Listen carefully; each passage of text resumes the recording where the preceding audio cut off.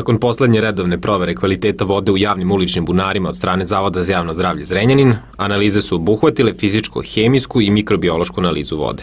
Vršeno je tretiranje hlorisanjem i redovno ispumpavanje vode u 22 javna ulična bunara koje su nakon prve provere bila ispravna na arsen, nakon čega je urađena ponovna mikrobiološka analiza u zavodu i rezultati pokazuju da je sada mikrobiološki ispravno 9 javnih uličnih bunara i ti bunari su dozvoljeni za upotrebu, a broj ispravnih bunara u odnosu na prošlu analizu je za 3 više.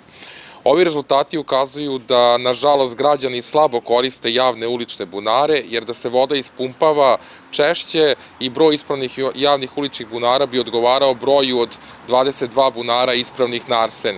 Iz javno-komunalnog preduzeća Vodovod i kanalizacija su apelovali na građane da koriste ulične bunare, jer se na taj način održava kvalitet vode i mikrobiološka ispravnost.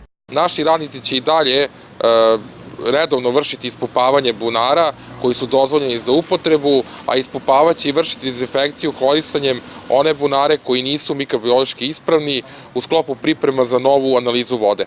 Inače, kao i do sada, nakon nove analize izvršeno je i novo obeležavanje javnih uličnih bunara.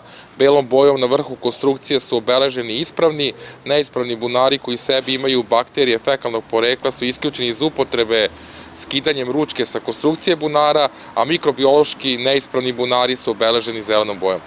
Korišćenjem vode iz uličnih bunara možete uštedeti značajna sredstva u vašim kućnim budžetima. Kompletan spisak uličnih bunara možete pronaći na našem portalu na adresi ispisanoj na ekranu.